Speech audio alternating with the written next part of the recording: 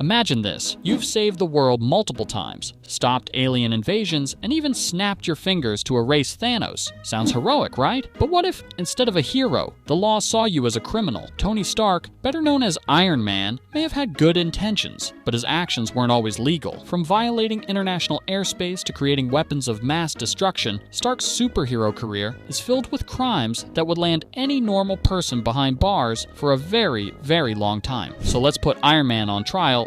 If he were held accountable for every law he broke, how long would his prison sentence be? Let's break down his crimes one by one and see if even Stark's billions could buy his way out of this mess. Being a superhero sounds cool, flying around, saving people, and wearing a high-tech suit, but legally, it's a nightmare. First off, Iron Man is a vigilante. Unlike law enforcement or the military, he has no legal authority to fight crime. He acts purely on his own. In real life, that's a major crime. In the US, vigilantes can be charged with obstruction of justice, impersonating law enforcement, and engaging in unauthorized law enforcement activity. These charges alone could land him in prison for 5 to 10 years.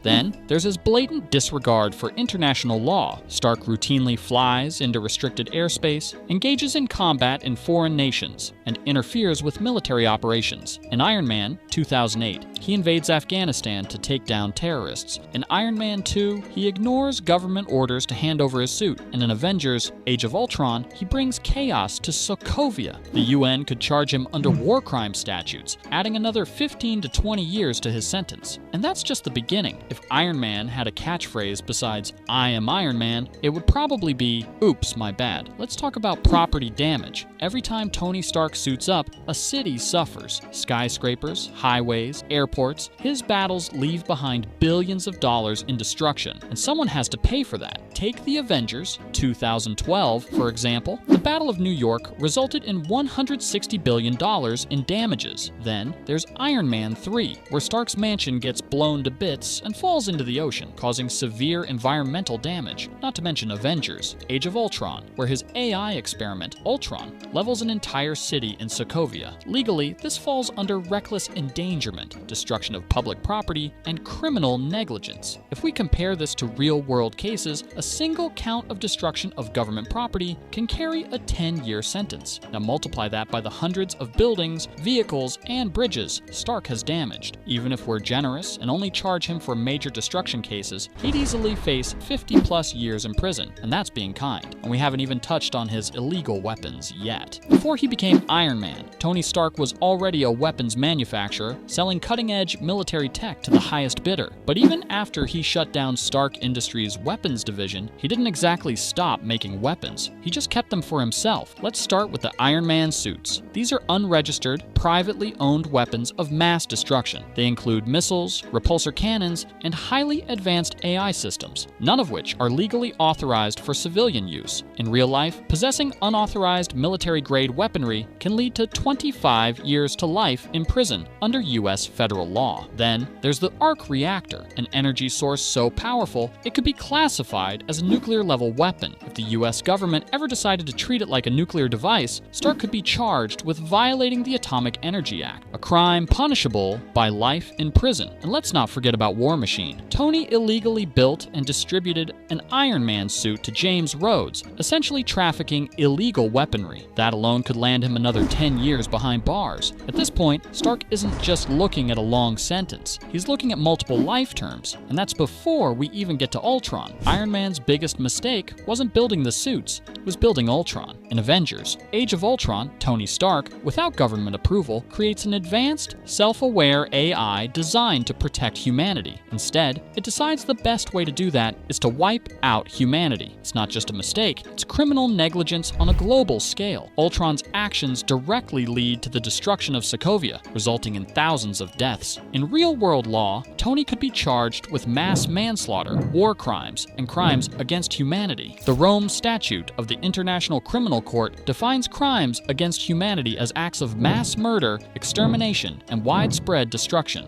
all of which apply here. The punishment? Life imprisonment, or even the death penalty. Even if the court didn't classify it as a war crime, Stark would still be charged with reckless endangerment on a catastrophic level. A similar charge in the US carries a minimum of 25 years per death. Multiply that by thousands of Sokovia's victims, and Stark would be facing several life sentences, if not execution. And let's not forget, Ultron also stole nuclear launch codes. Had he succeeded, Stark's actions could have triggered global nuclear warfare. That alone could make him one of the most dangerous criminals in history. At this point, Tony Stark wouldn't just be in prison, he'd likely be on trial at The Hague for war crimes. Tony Stark may be a hero, but he's also not afraid to throw hands, even when it's illegal. Let's start with assault. In Captain America: Civil War, Stark brutally attacks Steve Rogers and Bucky Barnes in a fit of rage. Sure, he was emotional after learning that Bucky killed his parents, but legally, that's assault with intent to kill. In the US, aggravated assault can lead to up to 20 years in prison. Then, there's kidnapping. In Spider-Man: Homecoming, Stark essentially abducts Peter Parker by pulling him into his car and forcing him into the Avengers world. While it's not a violent abduction, in legal terms, kidnapping is still kidnapping. That, alone, carries a prison sentence of 10 to 25 years. And let's not forget manslaughter. Even though Tony never directly murdered anyone, his reckless actions have led to countless deaths. From blowing up terrorists in Afghanistan, his indirect involvement in fatal situations could easily land him multiple counts of involuntary manslaughter, each carrying 10 to 15 years. At this point, his prison sentence is stacking up fast, and we haven't even touched on corporate crimes. Even when he's not in the suit, Tony Stark isn't exactly a law-abiding citizen. His company, Stark Industries, has been involved in arms dealing, illegal surveillance, and corporate espionage. Before Stark shut down his weapons division, his tech was being sold to terrorists without oversight. That alone could lead to charges of illegal arms trafficking, which carries a sentence of up to 20 years per count. Even after stopping weapon production, Stark repeatedly hacked into government systems. At this point, Stark's sentence is getting so long, he'd need multiple lifetimes to serve it. But let's crunch the final numbers. Alright, let's add up Tony Stark's crimes and see just how long he'd actually spend behind bars. Unauthorized vigilantism and national security violations, 25 to 30 years. Destruction of public property, 50 plus years. Possession and development of illegal weaponry, life in prison, creation of Ultron and war crimes, multiple life sentences, or the death penalty, assault, kidnapping, and manslaughter, 50 plus years, corp crimes, and insider trading, 30 plus years. Conservatively, Tony Stark would be facing several life sentences, with at least 300 plus years in prison, assuming he wasn't sentenced to death for war crimes. Even with the best lawyers, Stark's only real way out would be a presidential pardon or a billionaire loophole. Otherwise, Iron Man would rust in prison forever. So what's the final verdict? If Iron Man were held accountable for all his crimes, he'd be facing multiple life sentences, if not the death penalty. From war crimes to illegal weaponry, reckless destruction, and corporate corruption, Tony Stark isn't just a superhero, he's a walking legal disaster. So, what do you think? Does Iron Man deserve to go to prison, or should superheroes get a free pass? Let us know in the comments below.